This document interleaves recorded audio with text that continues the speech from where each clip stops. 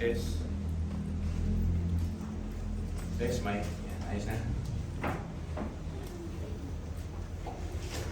Muli, congratulations sa lahat ng mga graduate. Pwede na kayo maghahanap buhay. Sa graduate ng mga kindergarten dyan. Pwede na kayo maghugas ng plato. Tulong sa inyong mga magulang. Purihin ng Diyos. Yan na siguro ang ating magiging kultura. Talagang pagka-graduation parang nung araw, no, naalala ko sa Saudi, pag hinahatid namin yung aming mga kamag-anak, yung unang-unang hatid sa Saudi, yung buong baryo hinahatid. Yung buong baryo naghahatid. Totoo po yun. Isang jeep kami naghahatid. Hindi ko alala sa graduation, ganoon din pala. Atin pala ang lahat. Nagkaganyan. Okay din naman yun. Mga minamahal, tinalakay ko na po sa inyo yung mga offerings. Importante yung offerings na hindi naman kung pag-aaralan ninyo sa Book of Leviticus, yung birth offering, yung grain offering, fellowship offering, yung restitution, yung sin offering, at yung guilt offering. Kabisahan pa po pa, 5 yan. Yun po ay pagsasalarawan na nagaganap sa buhay ng isang Kristiyano. Meron nung kasing larawan ng Leviticus, ang buong counsel ni God sa nagaganap sa buhay ng isang tao ay naroon sa Book of Leviticus. Basta ano ibig niyo sabihin? Katulad ng Feast of the Weeks. After 49 weeks na kanilang pagkikita, ay tinawag itong Pentecost. Ang Pentecost 50. Bago mag-50, dumating ang banal na Espiritu Santo sa buhay ng mga taga-Acts para maintindihan ninyo po. Kaya Pentecost pa lang, inilalarawan na pagkatapos ng 7 sabbatical practice nila na nagse-celebrate, dumating yung Pentecost. Yung trumpet, bago dumating ang ating Panginoon sa Kristo, tutunog ang trumpeta. Kaya ako po madalas tumitingin sa langit, baka may tumutunog na trumpeta. Yung pangyayari sa bansa natin, sinasabi ko kay Candice isang linggo na, Lord, sana dumating na po kayo. Pray ako ng pray na gano'n, dumating na po kayo. Kasi nga, buti na lang, maganda yung paksa natin kanina, tumingin tayo sa ating Panginoon sa Kristo, pinagmumula na ating pananampalataya. Pero kahit ako, sa dami ng nahihirapang Kristiyano sa buong mundo, just imagine, unbearable, yung makita mo na toneladang isda ng Sorsogon ay hindi nakakapunta ng Maynila. Ganyan kabobo, pardon me for the word, ang ating gobyerno na hindi na biyahe o na-preserve ang tinatawag na toneladang isda na ibinigay ng Diyos. Kung iyon ay itinapa, ilagay sa baso, inilagay sa plastic na inalisa ng hangin para makain ng maraming, basta yun ang bulok at itatapon. Paano kaya po ang Diyos ay hindi na magbigay ng mga isda sa tao? Yan ang aking tinatawag na pakiramdam. Pardon me for the word. Ginagamit ko yung dala ng aking sentimento. May mga galing daw sa Benguet na hindi na rin bumiyahin na mga gulay, toneladang gulay ay hindi na binyahe at ginawa na lang pataba. Paano kung tinuruan natin ang ating mga kababayan na gumawa ng kimchi na katulad ng mga Korean na sa panahon ng gera, pag imbis na mabulok yung kanilang mga tinatawag na mga gulay ay pinuserve nila para maging pagkain. Nilalagay sa banga, wala pang plastic, no? Nalalagyan ng asin. Hindi natin naturuan ang ating mga kababayan. Basta sila walang na-deliver, ang magaganap ay bubulukin na lang at ibabaw na lang sa lupa. Ang dami ko po nasaksihan ngayon, tumaas ang diesel na titigil ang maraming truck at titigil ang maraming mangingisda.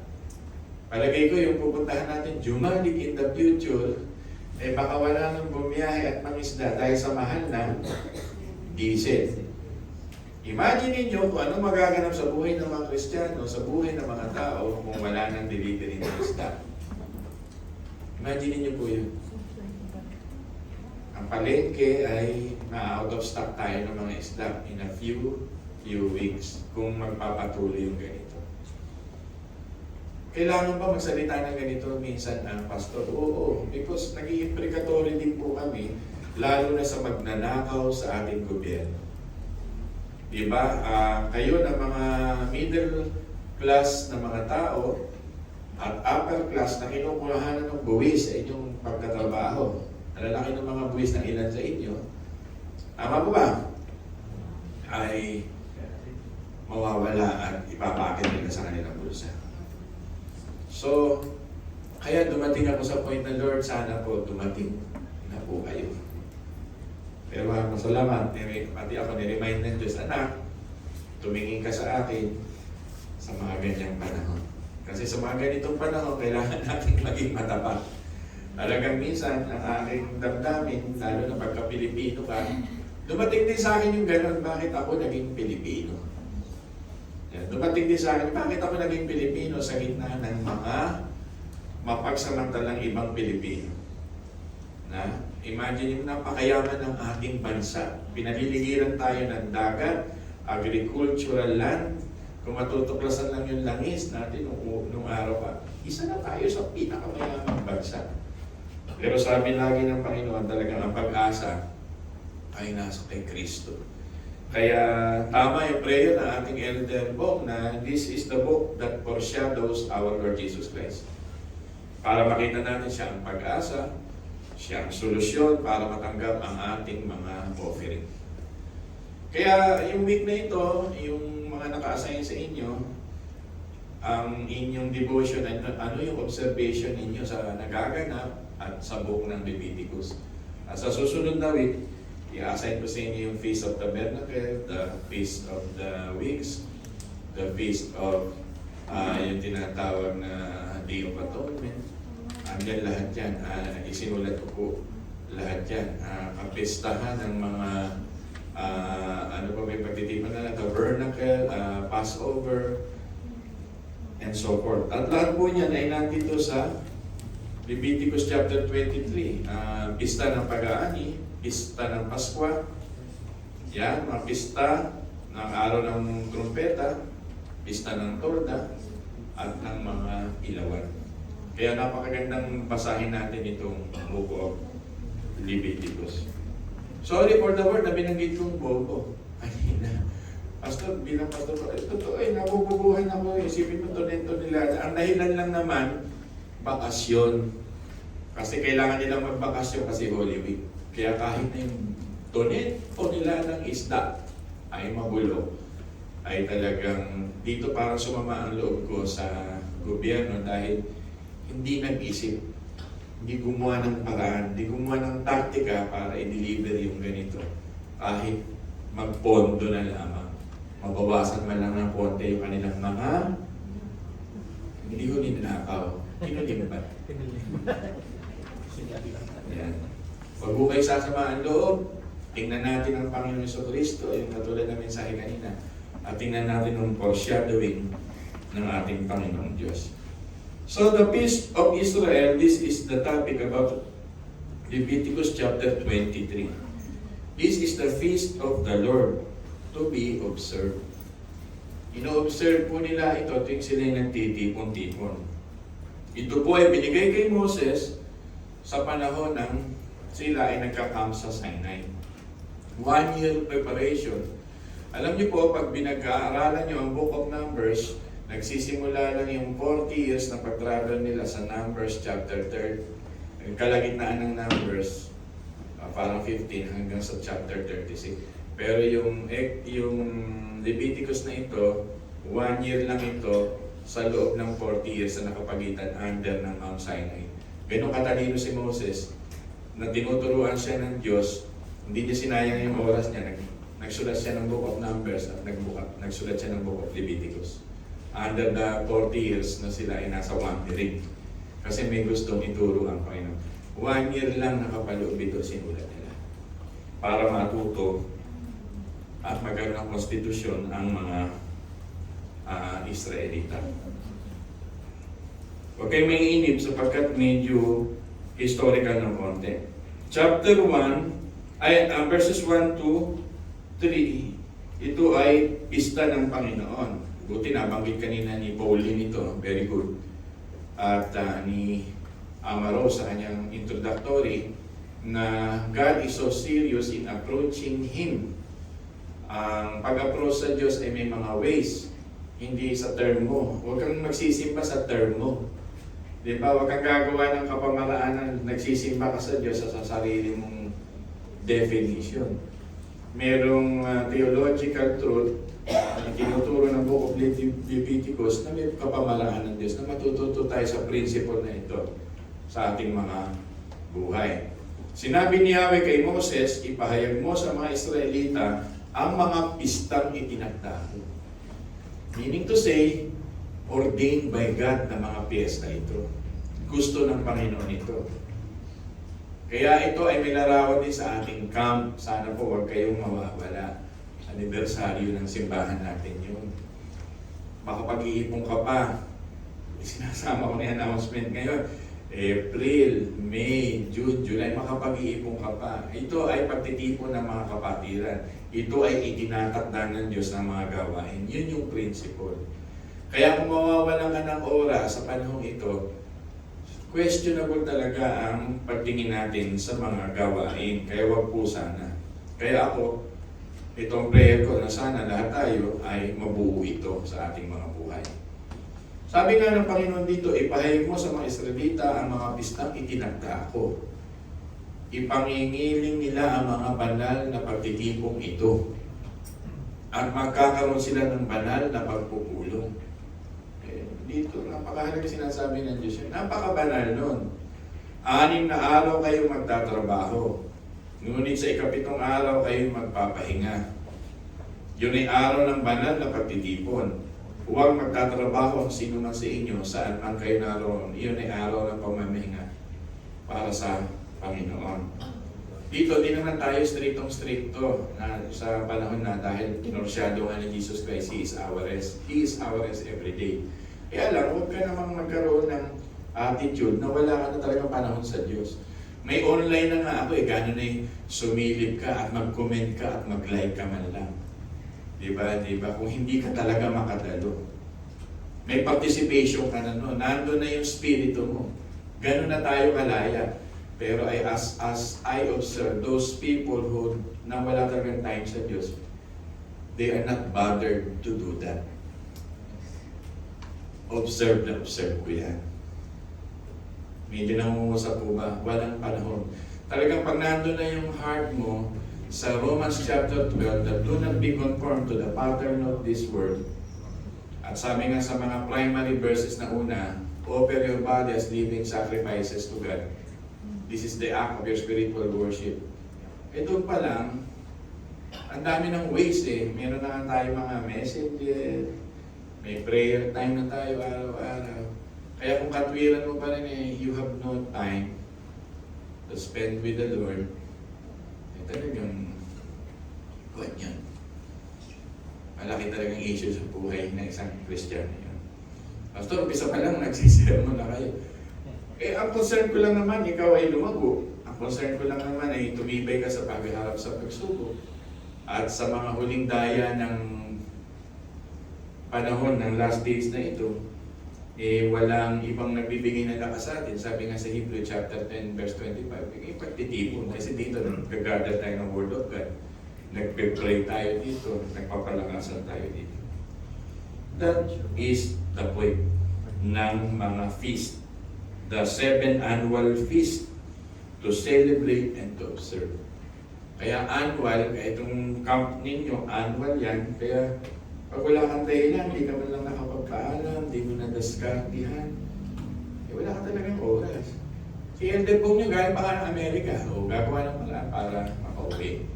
Baka sana ngayon, permanente na makauwi. Ganun ba?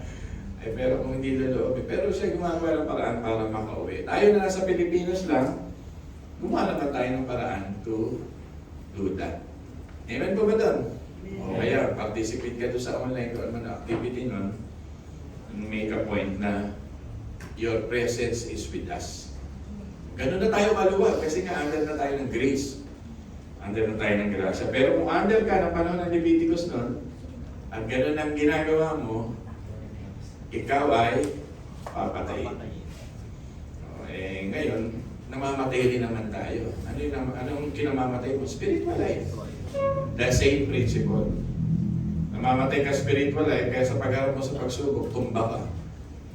Sa pagharap mo sa mga tungkol sa mga bagay sa Diyos, anong pipiliin o bagay sa mundo, tumba ka na kagad doon, bagay sa mundo, ang iyong pipiliin.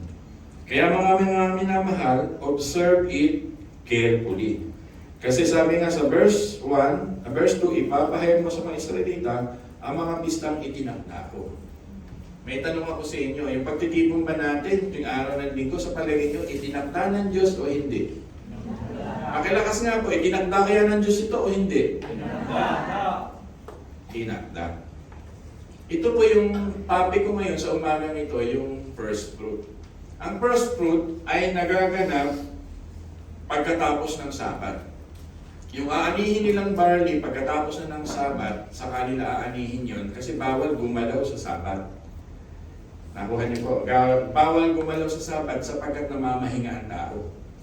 Bawal gumawa ng kahit ano. Kaya yung first fruit sineselebrate nila after the Sabat.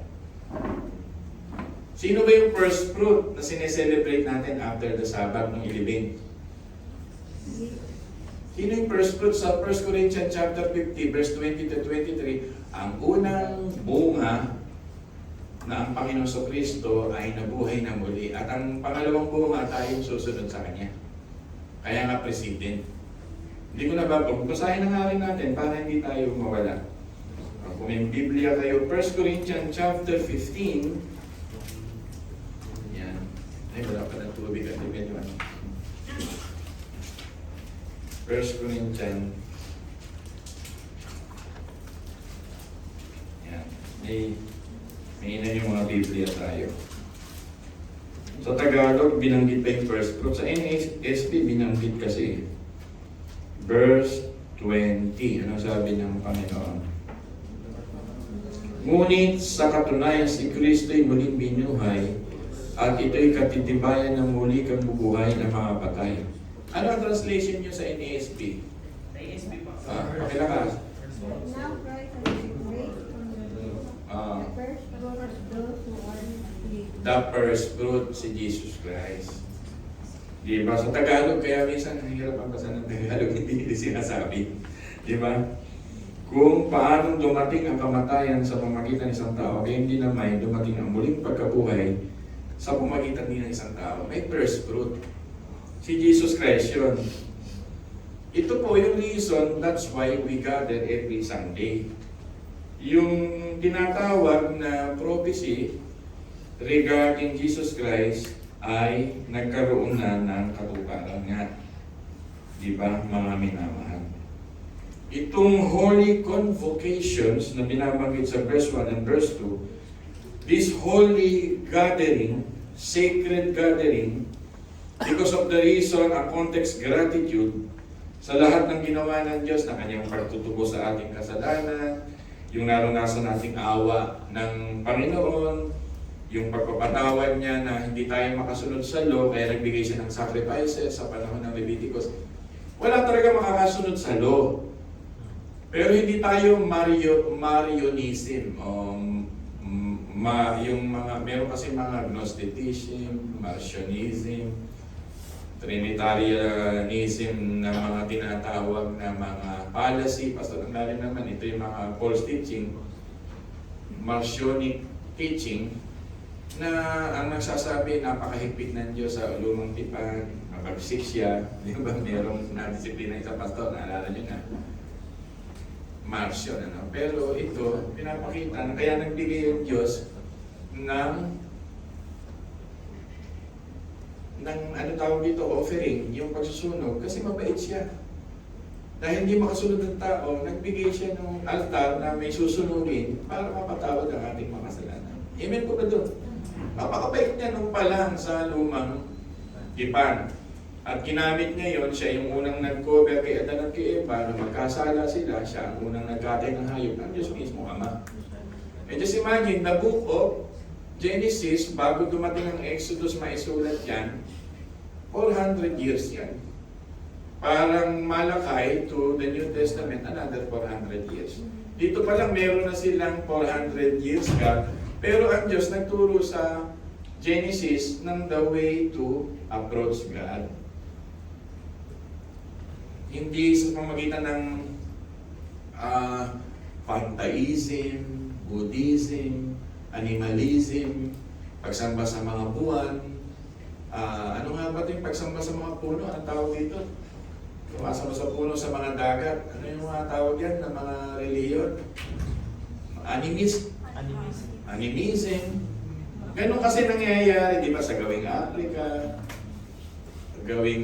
meron na nga din tayo sa gawing Benguet, di ba, merong araw, bago dumating ang mga missionary, ganyan sila. Pero ang gusto ko sabihin sa inyo, Genesis pa lang, nagturo na ang Panginoon ng way to appease Him. At iyon nga yung altar. At ito ay isa sa mga magandang dapat natin ipagdiwang. Kaya may peace dahil tinuro sa atin ng Diyos the way to escape. Ito yung kasalanan ko, paano kami mapatawad ng Diyos? Ito na, nagtatawag ang Diyos na araw na inordinahan niya yung pagtitipon ng mga believer. At sa pagtitipon ng mga believer, dito natin kino-commemorate. Ano yung gagawin natin mamaya? Dito natin inaalala yung tabernacle, yung feast of ano to? Kung babalik kayo sa lumang tipan, anong feast ito? May unleavened bread, Passover yan, gratis. Yung inyong theology, no? Passover yan. Pero may lamb, may unleavened bread, may bread, may wine. Iyan yun. Ginagawa din natin kung ano yung ginagawa ng mga Israelita na inaalala nila na sila ay nung pakawalan ng Diyos sa slavery sa Egypto. Kaya wala hong pagkakaiba. Natupad lang ng Panginoon Jesucristo ang lahat ng iyon sa pamamagitan ng kanyang pagkatao. Imaginein mo na naman kung hindi pumayag ang Diyos na hindi muna bumaba ang ating Panginoon. Halimbawa, bababaan siya sa 2032 pa. Doon matatapos yung mga training. 2032 pa. Totoo. Halimbawa, doon siya bababa pa lang. E di habang naghihintay sa tayo, anong gagawin natin? Habang hindi pa siya pinapapos-tapos. Lagi tayo may piyesta dito, kumakain tayo ng kambing. Gusto ni Ryan yun. Ni Elder Bong, siya lagi magkakatay. Si Priest Bong. Kakatayin niya yung... kasi susundan natin yung pak ng Old Testament. Gusto niyo ba yung gano'n? May kalapati, ano kaya amoy nito? Kaya may mga insenso Linggo-linggo natin gagawin. Kaya tinapos na ng Diyos para once and for all, wala tayong mapapahinga na tayo. Iyon yung sineselebrate natin ng pag nagtitipon sila sa principle ng first fruit. Na sinasum up ang lahat ng ordained days of God to fellowship in commemoration of the Lord. Kaya huwag yung baliwalain ang mga gawain sa church. Ganun lang kasimple yun. Basta hindi na kami ate. Kasi busy kami. Okay. Naintindihan ko naman kayo, maraming yan. Pero dumating na sa punto ng inyong buhay na yung nagbigay ng buhay sa iyo, ng salvation sa iyo, ng trabaho sa iyo, ng hilinga sa iyo, ng kaligtasan sa iyo, ng magulang mo, ng mga anak natin, ng sinusuot natin, ay huwag mong kakalimutan. Amen po ba ito? Amen. Ayan po ang ibig sabihin. Kaya hindi dapat na-challenge yung mga ganyan. Hindi ko na dapat i-explain. Alam niyo na ito from Genesis to Revelation. Kaya lang nag-i-struggle ng tao sa panahon natin ngayon. Basta may struggle talaga, hindi pwede. Yan. Ako nga, nung ipanganak si Chay, nag-preach pa ako. Sabi ko kay Ngantes, hintayin mo matapos ako. Pigilin mo yung iri mo. Imagine mo yung pangyayari niya. Nailaos naman, lumabas naman maganda yung aking anak. Diba? Basta mabigat na yung ginawa mo. Ibig sabihin na, kasi pinapahalagahan ko nga yung ganun. Anywhere in the world, may pagtitipon. Salamat nga, pagpapahinga na tayo kay Kristo. Huwag naman yung sobrang abusado that every time you abuse that grace. May license ka na Hindi na mahalaga sa iyo yung mga commemoration na yan. Mahalaga sa akin yung mga pangarap ko sa buhay. Saka na yung Diyos-Diyos na yan. E paano nga kung biglang yung giyera nagkatuloy-tuloy na? Hindi pa tayo namamatay, pero hindi na tayo makabili ng pagkain. Doon pa lang. Yung COVID time eh. Doon pa lang tumino ang mga tao eh. Tama po ba tumino tayo na? Karoon ng takot. Naghahalaman ako noon ng COVID time. Ngayon, nagmamahalan ng bilihin si Candice na ngayon na naghahalaman. Nagtatanim-tanim kami ng kung ano-ano kasi nagpe-prepare kami. Baka mamaya ang isang bugkos na kangkong ay maging 2,000 piso na sa Pilipinas. Nagkaroon ba isang bugkos na kangkong ngayon? 20! 4 na taling piraso lang yun. Tama po ba? Magkano na isang bawang kung bibili tayo sa pasita, isang sibuyas? 10. May bawang pa, may sibuyas na tanim yung asawa ko. Mga hekta-hektar yan, paso yung nakalagay nila. Ang bunga ng kanyang talong ay isa. Tinabi mo na ba? Baka naarawan yun. Inani niya na ho kanina. First time. Isang piraso tinititigil. First fruit. Alam? First fruit.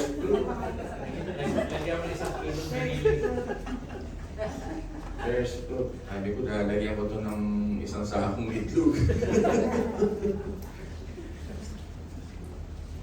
People are listening. Amen. Nakilala ko si Candice because of the principle of first fruit. Baka hindi niya alam yan. Yung unang niyang sahod, pinikwento ng nanay niya na umatin sa simbahan kasi ako ay bilang tumutulong sa simbahan nila. Sabi niya ay sasahod yung aking anak. Siguro maliit pa yun, 1993 siguro. Ganon, yung kanyang unang sahod sa BPI. Inimbitahan ako ng nanay niya na yung worker ng simbahan papakainin ang unang niyang sweldo. Naintindihan niya yung unang sweldo ni Mrs. ay kumain po ako. Alam ko yung handa ng nanay niya. May minudo, may pansi, tapos mayroong suso. May suso na puhol. Yan, naalala ko pa yung handa niya. Sabi niya, first fruit. Kaya pala, nakuha niya ako.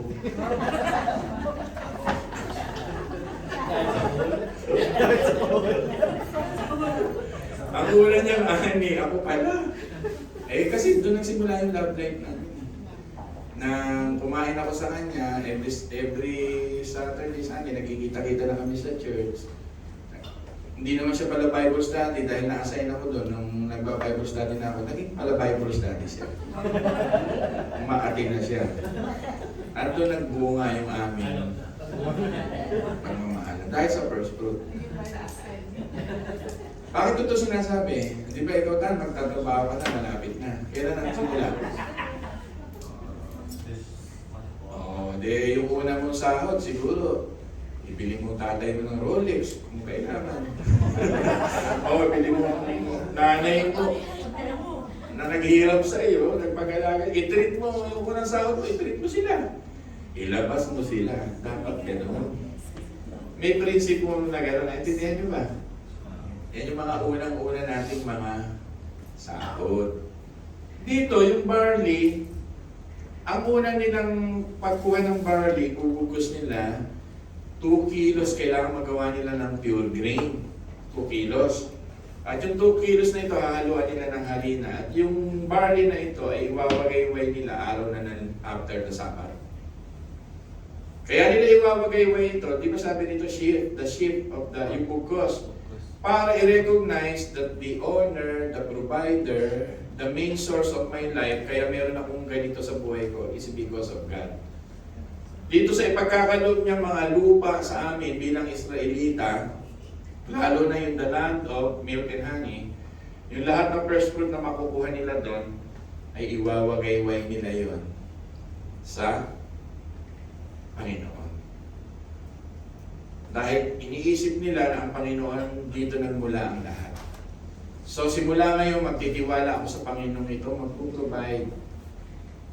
Hindi ako mangangamba sapagkat ang Diyos na ito ay worthy doon sa first grain na finest flour. At ang finest flour na research ko nga, ang brand name ay Caputo at yung Eagle.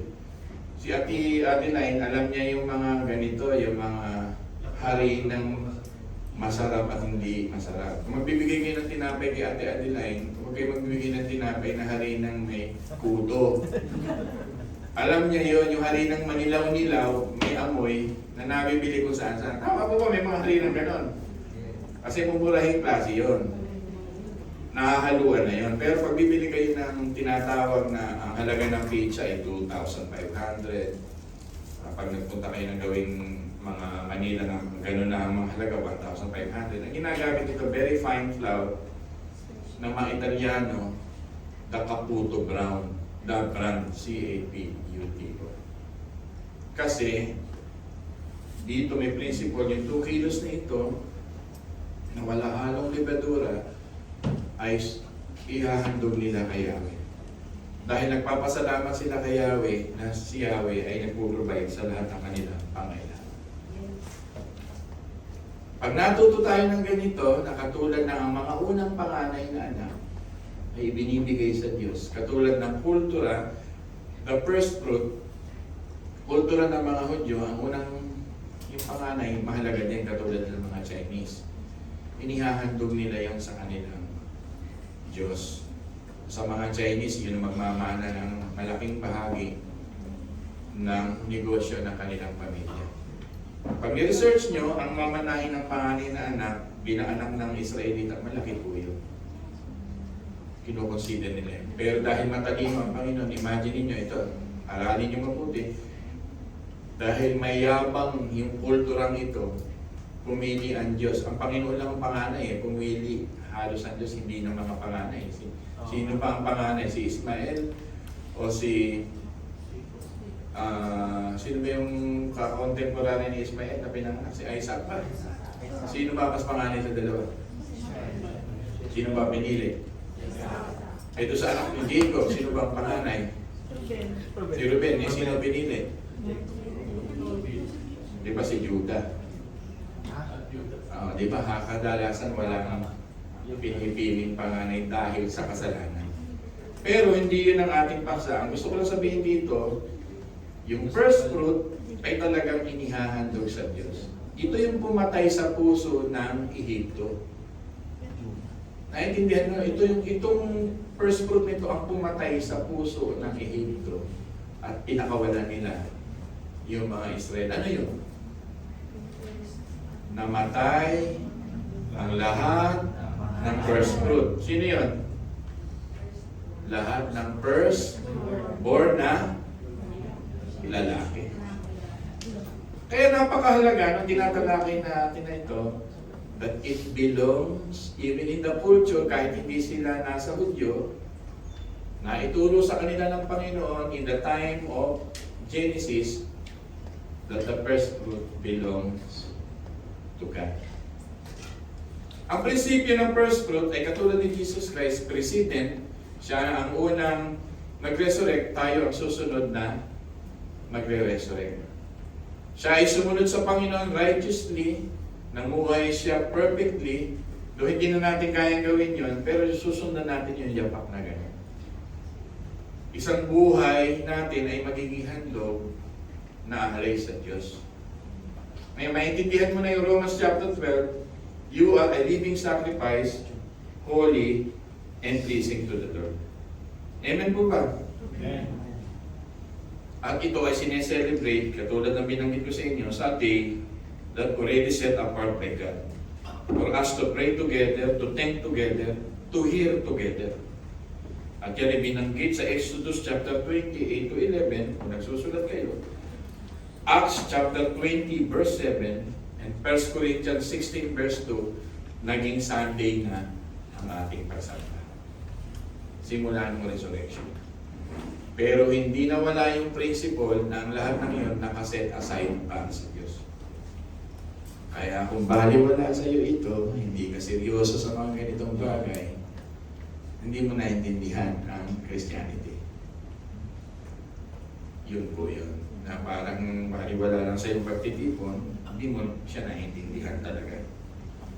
Anytime na gusto mo mawala, hindi ka pa ganun kalalim. Hindi ka pa ganun kadip. Occasionally, walang problema sa akin yan. Pero kung ito ay habitually, pagpapalit mo sa dagat, sa ilog, ang Diyos, at yun ay magiging habitually mo, magkakaproblema ka doon. Pero occasionally, pag may mga tawag na alam mo naman ang mundo natin ngayon, pag sabi occasionally, matatapat siyempre may graduation, matatapat siyempre may kasal, alam ba, kapatid mo, hindi naman yun habitually, hindi naman yun inuugali. Once in a while, ay pinapayagan natin sa law of consideration. Amen po ba doon?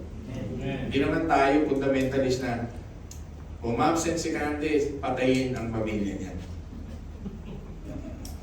Gusto niyo ba yung gano'n? May katitira pa bata sa atin. Kaya lang, ang tinuturo ng Biblia sa atin, huwag mong maging kasiyahan yung lumiban. Kundi yung pagliban mo, ay meron kang isang bagay, ipakita mo naman, may online naman, mag-hard ka man lang dun sa online. Magsabi ka man, Pastor, nakinig po ako sa inyo. Kahit 10 taon na po akong absent sa inyo. Di ba? Nakikinig po ako, nagte-take notes pa ako. Ibig sabihin, may panahon ka talaga sa Diyos. Gusto mo pa rin ang tungkol sa Diyos. At hindi pababayaan ng Diyos kung ano man ang endeavor mo sa buhay. Amen po ba ito? Kung ano yung pagsisikap nyo sa buhay, pangarap nyo sa buhay, hinahawakan nyo sa buhay, pag inuna mo ang Panginoon, hindi ka niya pababayaan. Pero subukan mong baliwalain ang Panginoon, ewan ko lang kung ma-achieve mo ang lahat ng tinatawag na pangarap na ayon sa sarili mong lakas. Hindi mo yan makukuha. Mga minamahal. Ang bagsik naman ng Diyos, Panginoon, siyempre, the way we approach God, binanggit mo nga Ate Rose, the way we treat God. Is it casual, the way you treat God? Casual ba? Not so serious? What is casual, mga minamahal? Not prepared? Di baling pumunta ka sa church, late na, at ugali mo na yon, not prepared yun. Na humahangos ka, linggo-linggo. Hindi mo natutupad yung excitement na makarating sa church. Mga bagay tungkol sa Panginoon, tsaka na yan, Panginoon, pagtanda ko na. We treat it lightly. Kaya ang tinuturo sa atin ng Hebrew, don't treat it lightly. Kaya nga pag may humawak doon sa altar at hindi karapat-dapat, ano nangyayari sa kanila? Sila po ay namamatay. Kaya kung naglilingkod kayo, umaawit na kayo, naghuhugas kayo ng plato, this is the service program. Malapit na po tayo. Gusto ko lang sabihin sa inyo, yan ang tatalakayin natin sa SH Daily Word with God. Yan o. Verse 4 to 5, yan lang kayong Passover, unleavened bread, verse 6 to 8. Yan. Ang ibig sabihin ng unleavened bread, yung parang June 12, the Philippine Independence Day. Yun yung celebration yan. Magpapatutuo sila dahil sa kalayaan ng kanilang naranasan. Nasa Exodus chapter 12 verse 14 yan. At yung yearly niya, nasa Exodus chapter 23 verse 17 yan. After the blood deliverance ng Panginoon. At yan po ay nasa 1 Corinthians chapter 5, 7, and 8. Tingnan nga natin ang 1 Corinthians chapter 5, 7, and 8. Hindi kayo malito. Sahin ko nga sa inyo.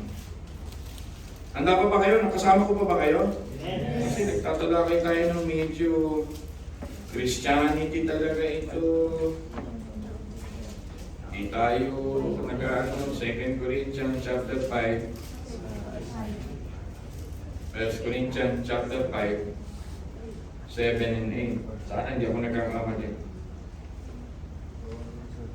Alisin niyo na ang lumang pampaalsa, ang kasalanan, upang kayo'y maging malinis. Sa gayon, matutulad kayo sa isang bagong masa na walang pampaasa. At talaga namang ganyan kayo. Sapagkat naihandog na ang ating korderong pangpaskwa na walang iba kundi si Kristo Jesus. Amen po ba doon? Kaya nga, the more serious Christ, do everything in the altar and the covenant, ginawa niya lahat yun bilang sakripisyo. Ang sinasabi lang sa atin ng Panginoon, magkaroon tayo ng gratitude, pasasalamat dito. Yun po yung nasa unleavened bread, nasa verse 6 to 8. Diba? At yung topic nga natin, nasa verses 9 to 14. Pinabasa natin kay Yala. This is the feast of the harvest, kung tawagin din sa other term. Pag-ani, nasa Exodus 23 verse 16 yan. Pastor, ano ibig sabihin na? Ito na, nagka-climax na ako. Para tayo magkaroon ng anticipation, ito listen, sa great harvest ng buhay ninyo. Naunang i-harvest ng Diyos ang Panginoong Diyos, ang kanyang anak. Gusto rin ng Panginoon na may i-harvest siya sa iyo. Nag-i-expect siya sa mga churches, ang Diyos natin, ang great harvest. Nauna nang i-harvest ang Panginoon. So ano yung i-harvest na kahalintulad kay Kristo? Naging alay siya. Magiging alay din tayo buhay na ito. Hindi siya nagkompromiso sa mundo, nilabanan ng lahat yun. Lalabanan din natin lahat yun. Ikaw ay kasama na susunod sa harvest. Sabihin mo nga sa katabi mo yan. Kasama ka na susunod sa harvest. Yun yung binabanggit ko. Ano ang aanihin ng Diyos sa iyo? Sino nagtalakay sa atin yung puno na walang nakuha ang si Yesu Cristo? Ano ang nangyari nung mahal na araw na gusto kumain ng Panginoon ng big tree at wala siyang nakuha? Sino nagturo sa inyo nun? Ino sa inyo? Sino? Si Gabi ba ino sa inyo doon? Si Richard, no? Ano yung kwento nun, Ate Rose? Ako po ang Ano yung una-una lagi? Ano nang... po nitong prayer meeting. prayer meeting. Okay, nasign ko nga kayo dyan. Ano nangyari nung walang makuha ang Panginoon sa Kristong harvest? Ano nangyari doon? Lakas niyo po, Ate. Ate Rose, huwag kang mahiya. Pinatay na, pinutol na, Pastor. Sabihin mo nga sa katabi mo, papatayin ka na. Pag wala kang harvest. Pag walang makuha sa buhay mo, puro kadiliman ang nilalakaran mo. Ito na si Pastor. Hindi kayo. Kompromiso sa mundo ang buhay mo. You take the pattern of this world, not the pattern of the world, God's word. Masabi ka sa mundo, mas excited ka sa mundo kaysa sa Diyos. Eh, wag naman sana dumating sa believer's heart ng shepherd's heart yun. Ano ulit, Ate Rose, ang mangyayari pag walang bungang nakuha sa'yo? Puputulin. Doon sa isang kwento, sinumpa niya yung puno. So as believer of God, ito po yung binabanggit ng first fruit, mga minamahal. At tatalakayin ko po ito sa inyo sa buong week, yung verses 15 to 21, Feast of the Week, Pentecost. Yung verses 23 to 25, Feast of the Trumpets. Yung verse 26 to 32, Day of Atonement. Si nagtalakay sa atin yan? Yom Kippur, si Chan. Verse 33 to 44, Feast of the Tabernacle. At yung first fruit na tinatalakay ko sa inyo, ay ito na po yun. It means a Christian must never die again. Kukuha nyo na yung theological term. Pastor, ang lalim naman yun. A Christian must never die again.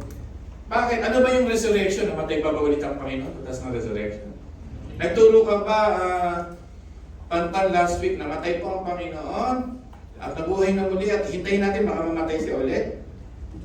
Diba? Ang Panginoon sa Kristo namatay, ngunit kailanman na hindi na, ay nabuhay at kailanman na hindi na. Yun yung first resurrection. Ang theology nun, ito. Never to die again principle. Sino ba yung Kristiyanong namamatay na muli? Makinig po kayo. Sino ba yung Kristiyanong mga namamatay na muli? Aktibo ka sa church, nagsisimba ka, tataas kang kamay. May alam ba kayo na patay na siya ngayon? Ang Lalim, pastor. Ano yung patay na siya ngayon? Ako po ay isa sa mga part na pinagtatanungan ng didisiplinahin ng mga tao sa Bulacan. Ito po, pastor, ako ay kinetext, may didisiplinahin sila mga tao sa Bulacan.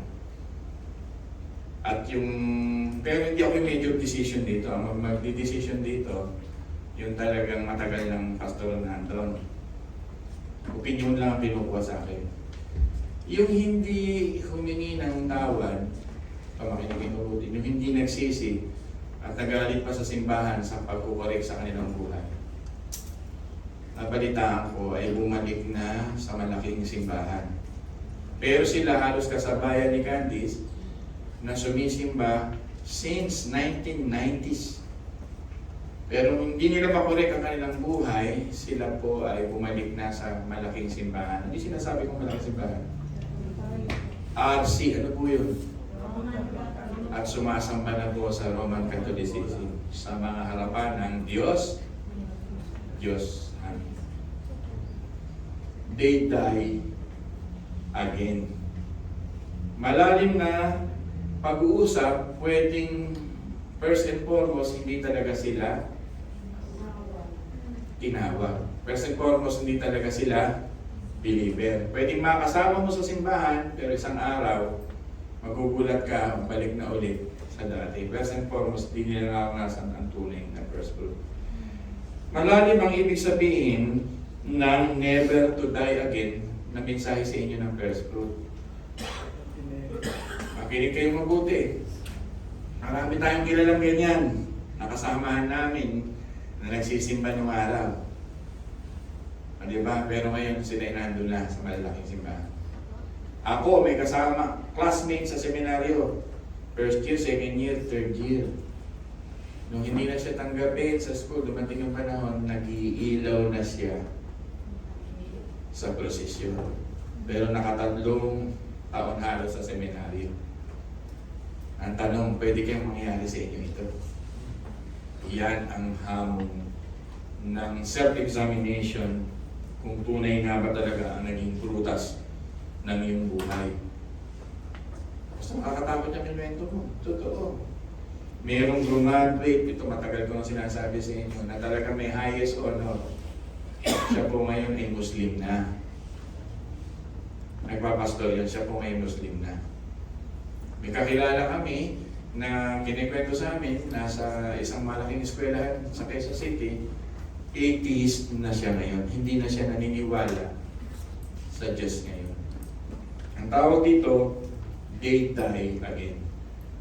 Kaya napakalaga, mga minamahal, ito ang destiny na talagang dapat nating tahakin sa ating mga buhay kung tunay nga tayong mga believers. Tingnan nga natin ang Colossians 1:18, malapit na matapos. At Colossians 1:18. Mga Bible po ba kayo?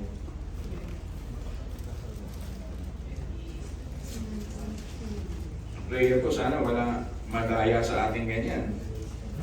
Colossians 1, kahit anong pagsubok ang daanan natin sa buhay, problema, pero huwag kayong babalik to sa you die again. Colossians 1:18. Siya, sabay-sabay po tayo, siya ang ulo ng iglesia ng kanyang katawan. Siya ang pasimula. Siya ang panganay na binuhay mula sa kamatayan upang siya ay maging pangunahin sa lahat. Napakalalim na versikulong ito na gustong i-end ng Panginoon ang buhay natin ay sumunod sa yapak ng Panginoon sa Kristo. Ito yung message ng first fruit. Kung ano ang ginawa ng Panginoon sa Kristo, yan ang maging dream mo sa buhay mo. People, listen, dito ako nagko-close. Kung ano yung passion ni Jesus Christ, yun din ang maging passion mo sa puso mo. Kung ano yung mga hilig ni Jesus Christ, yun din ang mga hilig mo sa buhay mo. Kung ano yung mga vision ni Jesus Christ, ito din ang maging vision ng buhay mo. Hindi yung ngayon, pag tinanong ka, Pastor, anong gusto mo ngayon? Vlogger. May mga ganun, hanggang mamatay, maging vlogger. Wala problema.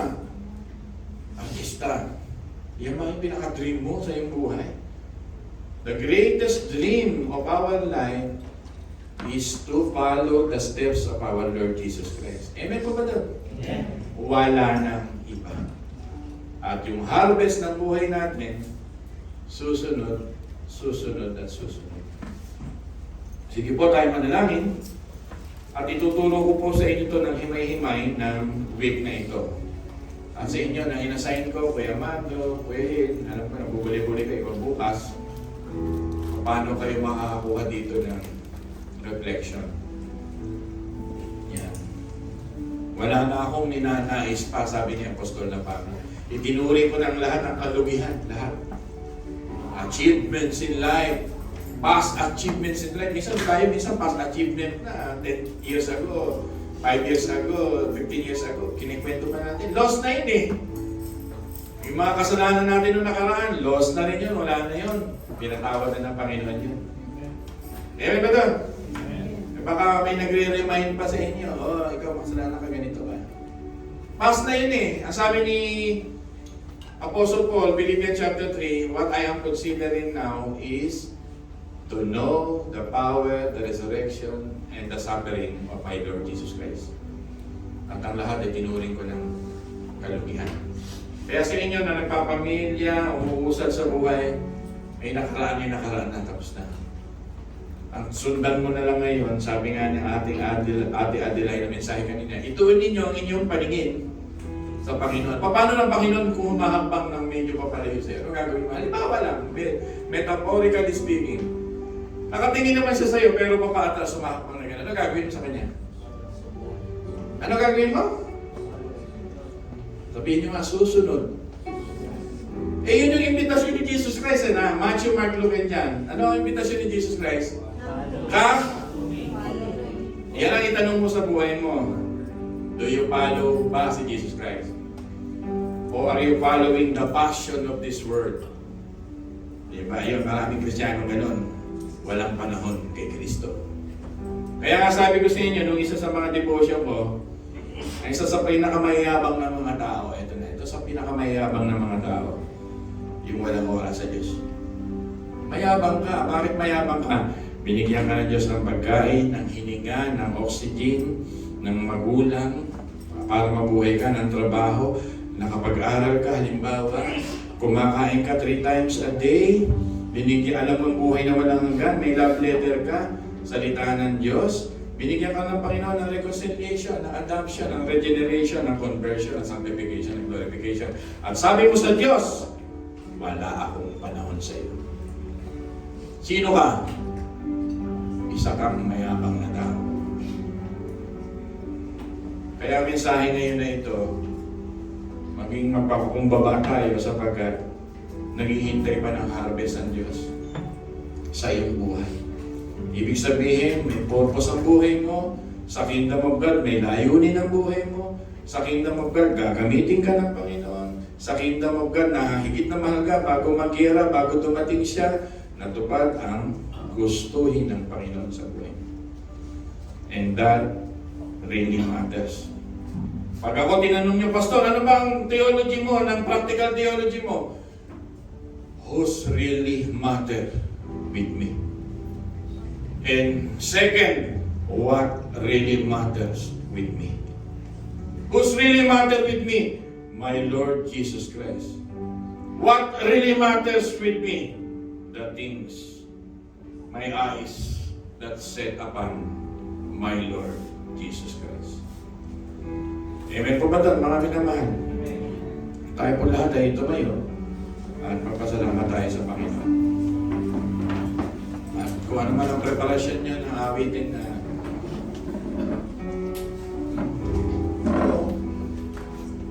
hindi tayo sa program, maganda muna tayo.